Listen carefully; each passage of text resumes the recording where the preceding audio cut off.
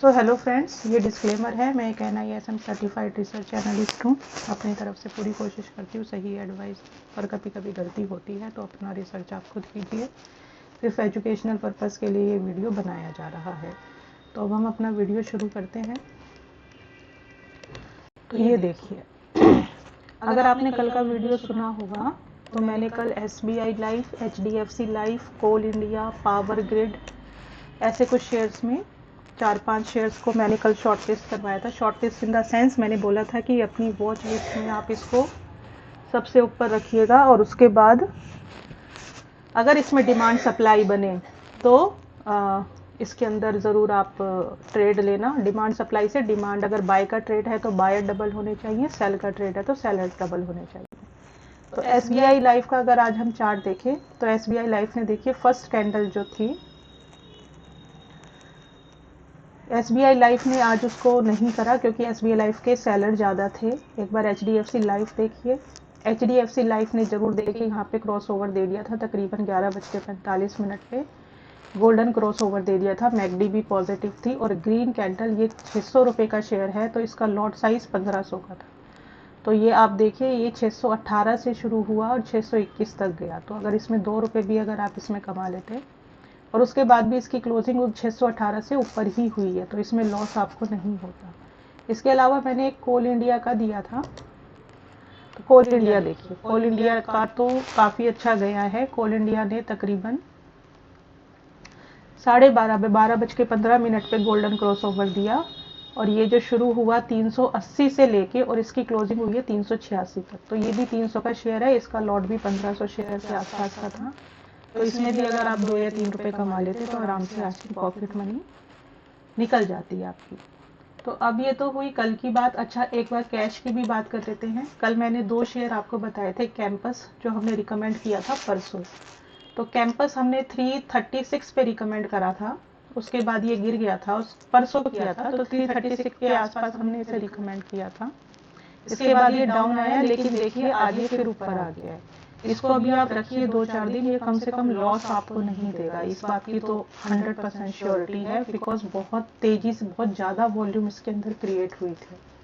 एक मैंने आपको ल्यूपिन दिया था परसों, हमने दिया था 2308 पे, 2308 पे दिया था और आज इसने क्लोजिंग करी है 2349 पे, यानी 40 रुपये। हालांकि हाई जो इसने लगाया है वो तो ज़्यादा का ही लगाया है, लेकिन अगर इसको होल्ड करने के लिए बोला था 2-3 दिन तो ये भी 2349 पे। तो 2308 से 2349 तो तकरीबन 40 रुपये तो आपको यहाँ पर भी प्रॉफिट हो रहा है।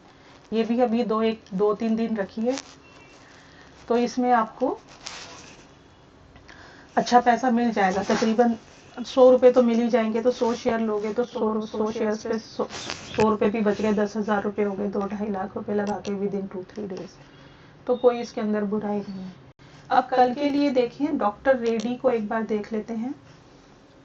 तो देखिए, डॉक्टर रेड्डी कल सेल के लिए आ सकता है, लेकिन फिर से वही बात है, इसमें डेथ क्रॉसओवर बन रहा है, मैकडी भी नीचे जा रही है।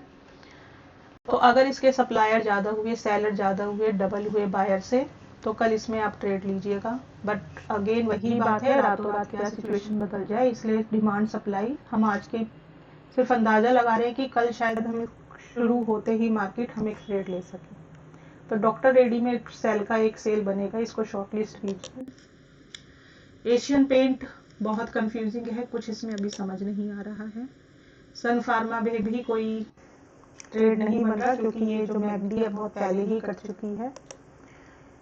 M&M में भी कोई ट्रेड नहीं है, मैकडी बहुत पहले कट चुकी है, कई सारे क्रॉसओवर हुए हैं। भारती एयरटेल नहीं, ट्रेंट में भी कोई ट्रेड कल एकदम से शुरू होते ही तो नहीं बनेगा। आज हमने अल्ट्राटेक सीमेंट में और अच्छा खासा पैसा कमाया था। अल्ट्राटेक सीमेंट में मैंने 11,378 पे रिकमेंड किया था और 11,470 पे तकरीबन 100 रुपये इसमें हमने मिल गए थे। हमें 50 शेयर का लॉट है, 5,000 रुपये इसके अंदर आए थे। और एक हमने लिया था अदानी सॉल्यूशन का, आज एक ट्रेड किया था। तो अदानी सॉल्यूशन में हमने सेल का ट्रेड लिया था तकरीबन,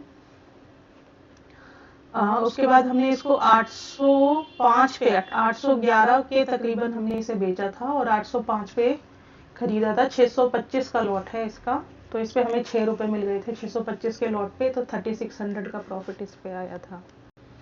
तो एक बार भारती एयरटेल देख लेते हैं। नहीं, इसमें कोई ट्रेड नहीं बन रहा है। तो अभी तक डॉक्टर रेड्डी है जिसको आपको कल के लिए शॉर्टलिस्ट करना है। डॉक्टर रेड्डी में बिल्कुल क्रॉसओवर के पास ही चीज़ें मिल रही हैं। सप्लायर देखने पड़ेंगे कल कितने होंगे। एक बार SBI लाइफ, नहीं इसमें कोई ट्रेड नहीं है।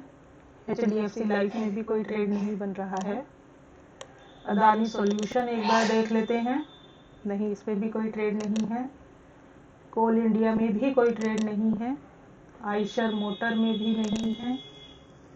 पावर ग्रिड में भी फिलहाल नहीं दिख रहा एकदम से, कल देखना पड़ेगा। नहीं, इसमें हिंदुस्तान यूनिलीवर में भी नहीं बन रहा है।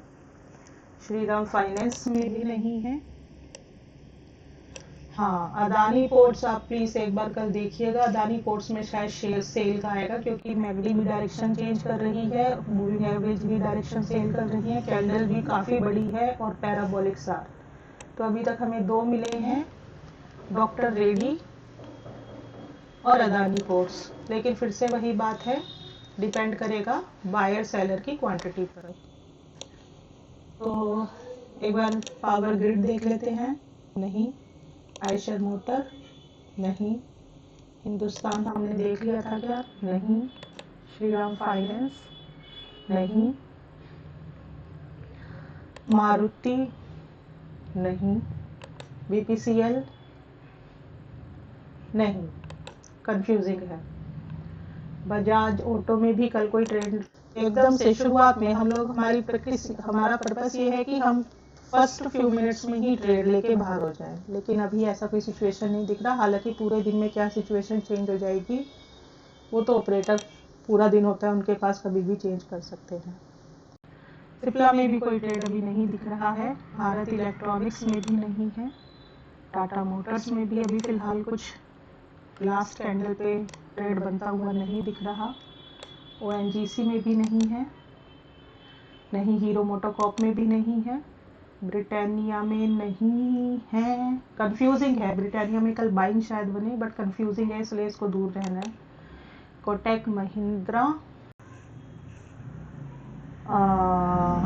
हाँ, कोटक महिंद्रा में बड़ा कंफ्यूजिंग स्टेट है, क्योंकि जो कैंडल बनी है लास्ट वाली, वो बायर और सेलर, देखो ऊपर की विक और नीचे की विक में थोड़ा एनलार्ज करके दिखाऊं तो ऊपर की विक और नीचे की विक बिल्कुल इक्वल सी बनी है, बीच में स्क्वायर बॉडी दी है। तो लेट्स सी, एक बार कोटक को हम लोग देखते हैं।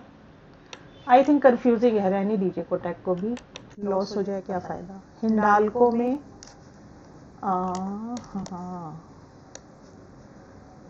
हिंडाल्को में भी देखो बन सकता है। तो अभी एक बार हम कोटक महिंद्रा को भी थोड़ा सा रखते हैं और हिंडाल्को को भी देखेंगे, लेकिन ट्रेड तभी लेंगे जब इसके दोनों में ही सेल का ट्रेड बन रहा है, कोटक में भी और हिंडाल्को में भी। लेकिन लेंगे तभी जब सेलर इसके डबल होंगे, क्योंकि सिर्फ ट्रेड करने के लिए ट्रेड नहीं किया जा रहा, पैसे कमाने के लिए ट्रेड किया जा रहा है। तो अभी तक हमने 4 शॉर्टलिस्ट करे हैं, जिसमें हिंडाल्को और कोटक बैंक कंफर्म नहीं है, कंफ्यूजिंग स्टेट है। लेट्स सी, लेकिन डॉक्टर रेड्डी और अदानी पोर्ट्स पे ज़रूर नज़र रखिएगा। लेकिन ये नज़र रखने की रिकमेंडेशन है, ट्रेड बायर और सेलर की क्वांटिटी पर डिपेंड करेगा। एक बार SCL टेक देख लेते हैं। नहीं, बजाज फाइनेंस नहीं, SBI नहीं, रिलायंस तो एज यूजुअल नहीं, TCS का भी कोई ट्रेड अभी नहीं दिख रहा, HDFC बैंक का भी कोई नहीं दिख रहा, ICICI बैंक तो ऑलवेज कंफ्यूजिंग, इन्फोसिस का भी कोई अभी फिलहाल ट्रेड नहीं दिख रहा है। ये जितने बड़े बड़े नाम होते हैं ना, ये ट्रेड करने का मौका नहीं देते। देखो ITC कितना बड़ा है, यहाँ तो कभी सेलिंग का ही ट्रेड आएगा। LT में नहीं, एक्सिस बैंक में भी कोई ट्रेड अभी नहीं है, NTPC में भी नहीं है, विप्रो में भी नहीं है, टाइटन में हाँ भाई, टाइटन में देख सकते हैं। कल अगर ये मैगडी कट ओवर कर जाए तो टाइटन को शॉर्टलिस्ट कीजिए प्लीज। टाइटन शायद कल एक मौका देगा, सेल का शेयर ट्रेड आएगा इसके अंदर। निफ्टी की भी पोजीशन देखनी पड़ेगी कि निफ्टी डाउनवर्ड्स है कि अपवर्ड्स है, क्योंकि सेल का ट्रेड डाउनवर्ड्स मार्केट में लिया जाए तो ज़्यादा प्रॉफिट देता है। तो एक बार इसको ऊपर कर लेते हैं शॉर्ट लिस्ट। तो टाइटन को मैं कोटेक के नीचे रख रही हूँ। जो हमने अभी तक 5 शेयर्स हमने अभी तक शॉर्ट लिस्ट करे हैं कल के लिए। एनटीपीसी एक बार देख लो। नहीं, एनटीपीसी में कोई ट्रेड नहीं बन रहा। विप्रो में भी कोई ट्रेड नहीं बन रहा। जेएसडब्ल्यू स्टील में कोई ट्रेड नहीं है। नेस्ले में भी कोई ट्रेड नहीं है। ग्रासिम में नहीं।